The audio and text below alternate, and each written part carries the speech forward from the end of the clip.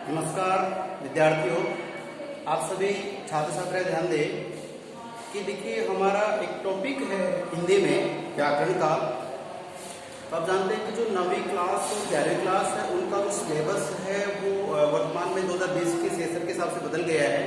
तो उसमें जो व्याकरण का पोर्शन है, हालांकि बोर्ड ने अभी जो बुक्स हैं वो तो संचालित कर दी हैं, छापती भी हैं और इस तरह पहुँच भी रही हैं, लेकिन कहीं ना कहीं जो व्याकरण का पोर्शन है उसमें कुछ फेरबदल किया कि नहीं किया उसका अभी तक कोई पुख्ता जानकारी नहीं है। लेकिन जो उससे पहले के सेशन में एक नई पुस्तक चली थी जो माध्यमिक शिक्षा बोर्ड अजमेर की तरफ से 9वीं से 12वीं तक की व्याकरण की पुस्तक है, उसमें जो सिलेबस है तो उसमें जो सिलेबस उसके अकॉर्डिंग आप जैसे 9वीं से 12वीं तक के जितने विद्यार्थी हैं उसके लिए बुक है, उसमें 9वीं से लेकर 12वीं तक का जो व्याकरण का पोर्शन है उसके हिसाब को अगर लेके चलते हैं तो आप ध्यान दें कि हमारे पास एक टॉपिक है।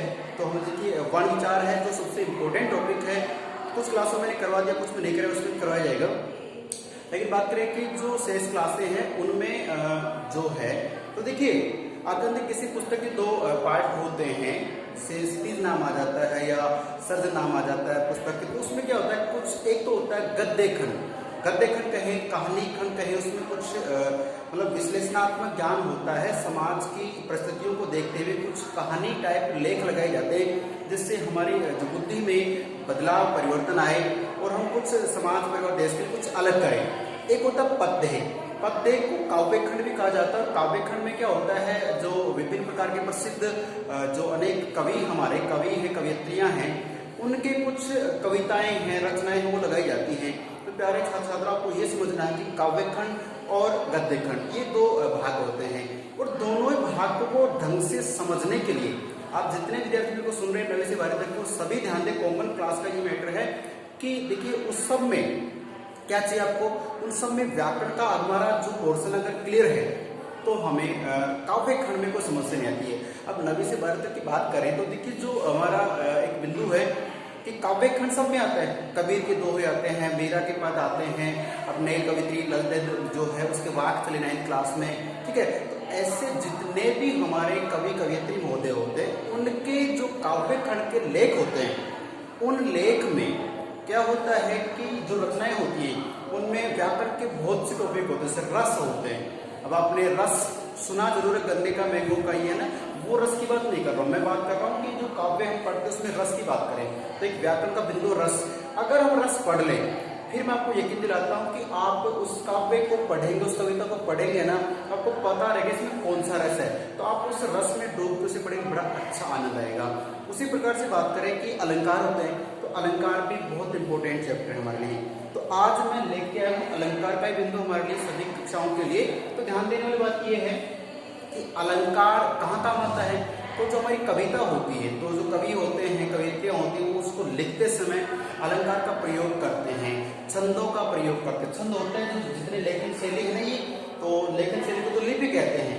लेकिन जो लेखन शैली की बात करें तो हमारा ये कहें कि जो ये देखिए किसमें कितनी मात्रा कितने वर्ण है, वर्ण और मात्रा के आधार पर जो हम एक टॉपिक बनाते हैं वो छंद होता है। छंद जैसे मान लो वर्णिक होते हैं, मात्रिक होते हैं, ठीक है। इस प्रकार छंद दो प्रकार हो जाते हैं। तो छंद है, रस है, अलंकार है। एक बिंदु आता है शब्द शक्ति, शब्द के अंदर छुपी शक्ति को बाहर निकालना शब्द शक्ति कहलाता है। शब्द शक्ति के 3 प्रकार होते हैं, जैसे अभिधा, लक्षणा, व्यंजना, तो वो भी है। तो ये सारे बिंदु पढ़ेंगे। अब बात कर लेते किसी की जो हमारा एक बिंदु है अलंकार। अलंकार के बिंदु का बात करें तो देखिए अलंकार का हमारा बिंदु ये है कि जो अलंकार है ये काव्य में कहाँ काम आता है। तो मेरा मतलब कि आप अलंकार को समझे जाने कैसे, तो सीधी बातें कर लेते हैं। ये देखिए यहाँ पे टॉपिक अलंकार है। अलंकार का शाब्दिक अर्थ मतलब जैसे एप्पल में साफ से समझते हैं ऐसे ही। तो अलंकार का शाब्दिक अर्थ होता है आभूषण। आभूषण का मतलब गहना, सोने चांदी की चैन, कानों के है या नाक के है, गले का है, हाथ के जो भी आभूषण है उन्हें क्या कहते हैं हम, आभूषण।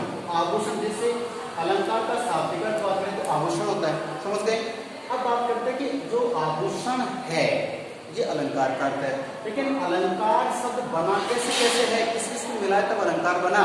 देखिए उत्पत्ति की बात कर ले, बना कैसे, तो अलम धन कार, धन यानी योग प्लस की बात करें तो अलम शब्द और कार शब्द को जोड़ लेते हैं तो क्या बन जाता है, अलंकार बन जाता है। तो देखिए अलंकार, तो अलंकार मतलब शोभा और कार का मतलब करने वाला, ये ध्यान रखना है। तो अलंकार शब्द दो शब्दों से मिलकर बना है। देखिए कौन कौन से, अलम धन कार।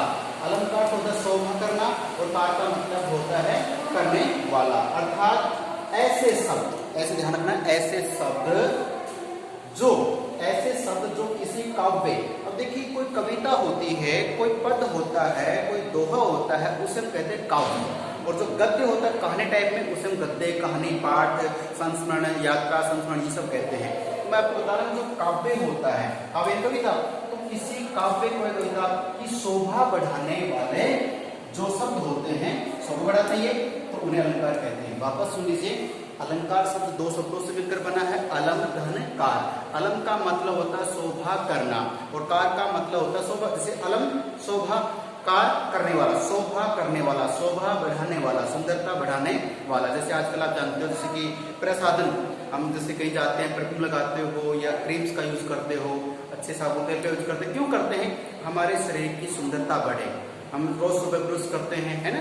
तो वो सब क्या है कि शरीर की सुंदरता बढ़ाने के लिए, जिस प्रकार से शरीर की सुंदरता बढ़ाने के लिए हम जैसे प्रसाधन होते हैं, क्रीम, पाउडर, तेल होते हैं या आभूषण होते हैं, उनका प्रयोग करते हैं, क्यों? सुंदर दिखने के लिए। उसी प्रकार से किसी कविता को, किसी काव्य को सुंदर बनाने के लिए, अच्छा दिखने के लिए, रुचिकर होने के लिए जिन शब्दों का प्रयोग करते हैं, वो शब्द उस काव्य की शोभा बढ़ाते हैं। तो काव्य की शोभा बढ़ाने वाले शब्दों को कहते हैं अलंकार। क्या कहते हैं? अलंकार। अब किससे बना है? अलम धन कार। अलंकार का अलग बता दिया, कार का अर्थ अलग बता दिया है। अब आपको ध्यान रखना है कि अलंकार वे शब्द होते हैं, देखो परिभाषा बिल्कुल सिंपल है, ऐसे शब्द जो किसी काव्य की शोभा बढ़ाते हैं, अलंकार कहलाते हैं। शॉर्ट एंड स्वीट समझना है, रटना नहीं, समझना है कि ऐसे शब्द जो किसी काव्य की शोभा बढ़ा दे, अलंकार कहलाते हैं। अब ये देखो, मैं दो एग्जाम्पल आपको देकर समझा रहा हूँ कि कैसे कैसे अलंकार काम आते हैं। कैसे?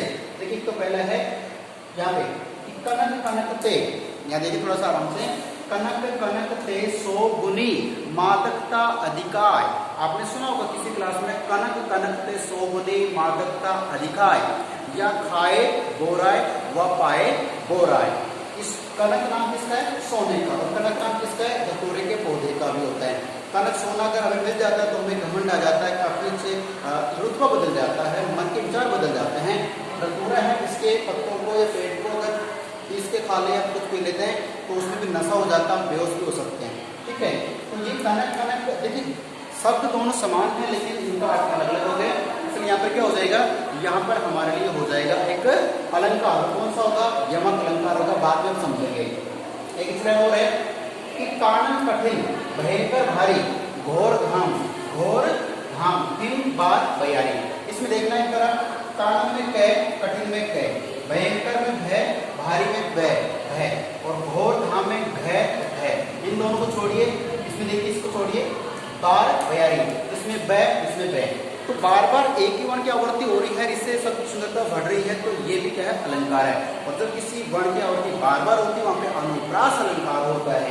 प्यारे छात्र छात्राओं, ये जो है अलंकार के उदाहरण के साथ में थोड़ा समझा है। तो बात करें कि उदाहरण कितने प्रकार के होते हैं, तो देख सकते हैं कि पहला है, इसके 3 भेद मुख्य होते हैं, शब्दालंकार, अर्थालंकार, उभया अलंकार। अपने सिलेबस में हम 2 ही पढ़ेंगे, शब्द और अर्था। उभया का मतलब होता है दोनों में, कुछ अलंकार शब्दालंकार में आ जाएंगे, कुछ अलंकार अर्थालंकार में आ जाएंगे, लेकिन कुछ ऐसे कहते हैं कि दोनों में आएंगे। वो कौन कौन से? शब्दालंकार है, अर्थालंकार, अभयालंकार है। अब देखिए, शब्दालंकार में अनुप्रास और यमक आएंगे। शब्दालंकार में अनुप्रास यमक ही आएगा, उभयालंकार में श्लेष और वक्रोक्ति आएगा।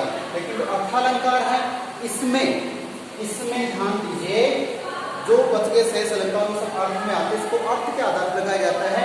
और जो शब्द की बात करें, देखिए यहाँ पे कनक कनक ये शब्द है, तो ये कौन सा है? इसमें यमक अलंकार है।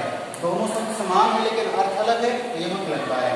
दूसरे दिन कानन कठिन भयंकर भारी घोर धाम, इसमें भी शब्दों के आधार पर लगा रहे हैं। तो जब शब्दों के आधार पर अलंकार निकालते हैं तो वो अलंकार हो जाता है हमारा कौन सा?